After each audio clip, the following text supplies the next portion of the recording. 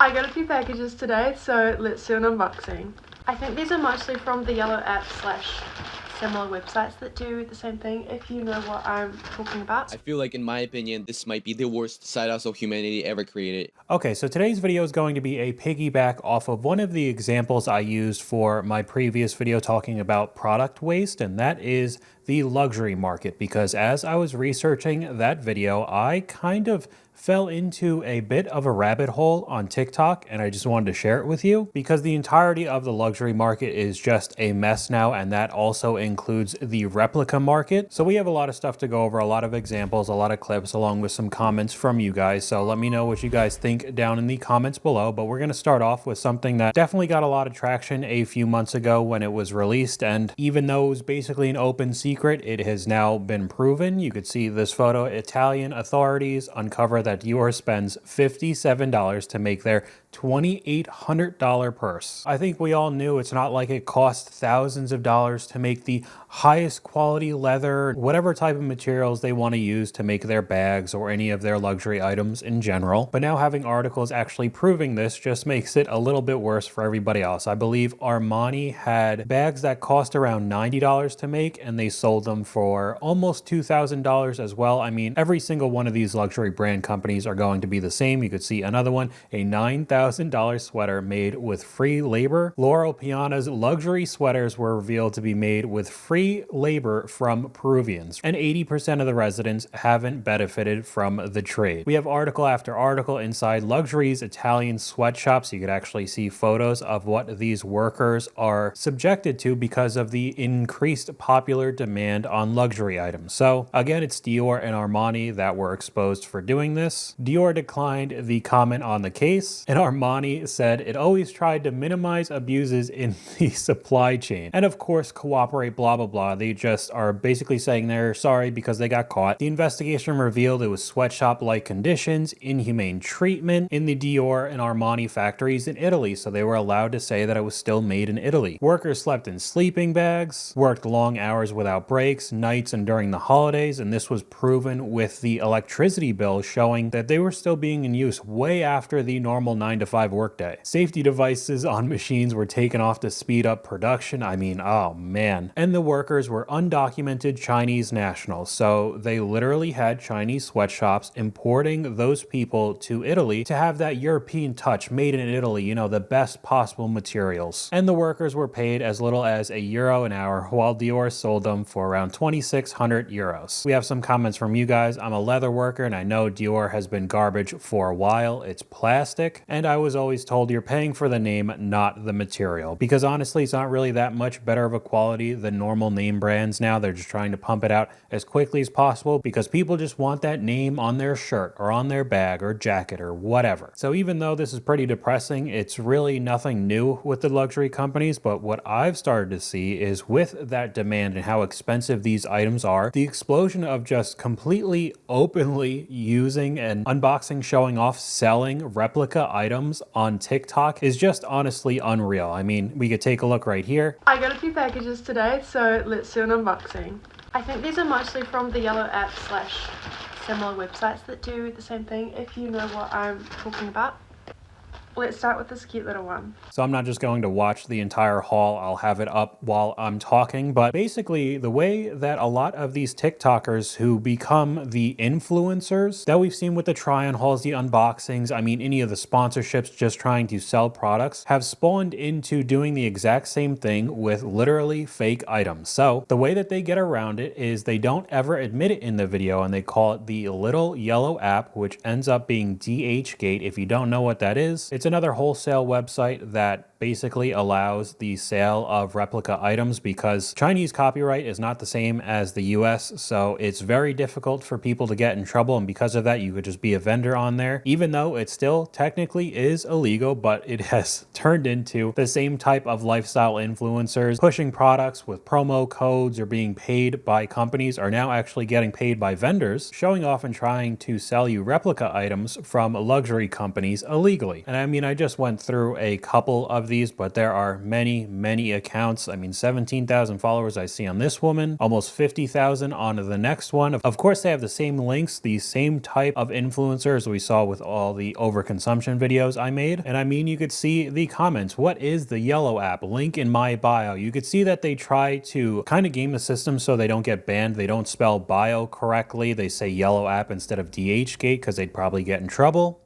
And it's just very odd to me because I know that genuine luxury items are crazy overpriced, way more than they actually should be worth. It's just a complete waste of money to spend hundreds and thousands of dollars on items that don't even have the quality like they possibly did 20, 30 years ago. So you can make the argument back there spending a lot more money, at least it would last longer. And now we have the replica market kind of going all over the place in quality. Some people buy replica items because it's very close to what you're getting with the genuine items for a fraction of the price. So I mean, it is a good deal, but at the same time, it still kind of brings in the vanity. You know, you want somebody to look at your fake Louis Vuitton purse and think that it is actually real in the same way that you would spend thousands of dollars for a genuine one. You want people to think you got all these fancy items and you're super rich and, you know, your life's great. So on that side of the coin, kind of lying to yourself and buying these fake items and then trying to get other people to also buy them with the hauls and all the links is definitely a gray area in my opinion. And now one of the things that I did actually have a concern with, because I know of course it is illegal, but I'm not going to be the internet police and tell you everything that's right and wrong with buying replica items. But what I did see and had some experience in the past were replica shoes that were supposed to be for running. Now I saw a woman unbox both Hoka's and On Clouds, which are supposed to be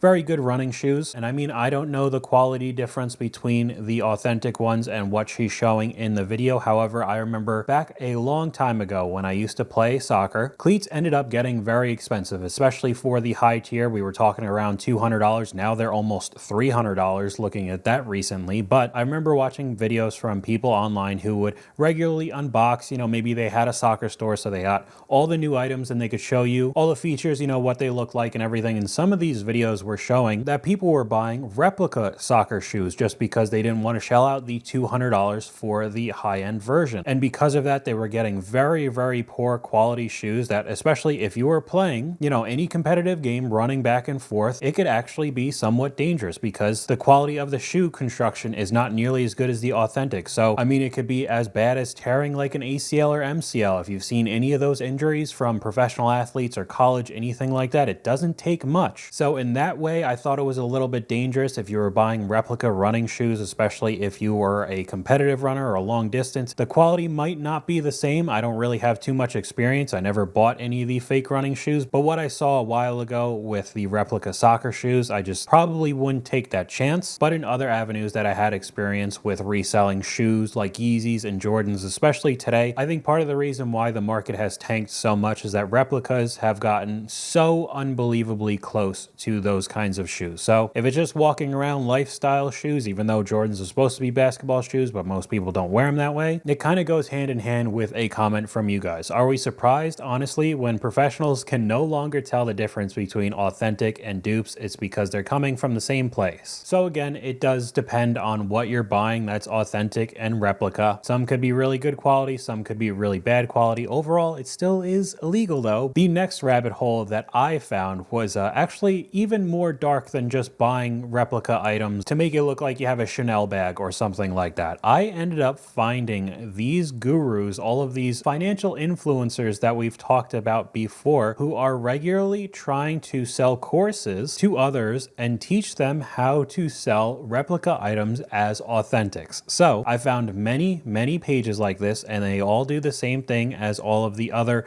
you know, real estate gurus and crypto bros that we saw from years ago. I mean, it's still happening today. They all have the Lamborghinis or the BMWs and they're flashing a whole bunch of cash, but this now has spawned a whole new section of people who would find vendors for AirPod Pros or the Apple headphones. I don't know what they're exactly called. I also saw a Spider hoodie, which is another kind of hypebeast hoodie, very expensive, where people were finding these vendors off of DHgate and similar sites, buying a whole bunch of those items and then reselling it back in the States as authentic. So very dangerous game, along with it being illegal. But you could see some of the comments. Please vendor link, I need one, because somebody finds a specific product product that is very close to the authentic, and then everybody will buy from that person and try to basically scam people. Bro, do you have anything that passes Elias?